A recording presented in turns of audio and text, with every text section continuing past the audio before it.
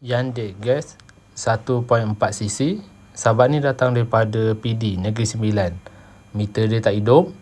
Kereta ni adik dia duduk di Sepang. Jadi dia datang bawa kereta ni untuk kita baikilah.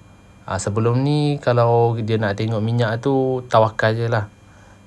Siapa yang ada pengalaman isi minyak tawakal je. Maksudnya dia tak tahu berapa banyak masih ada, dia isi je. Kalau 50 lah. Bila pam minyak tu tendang, maksudnya dah penuh lah tu.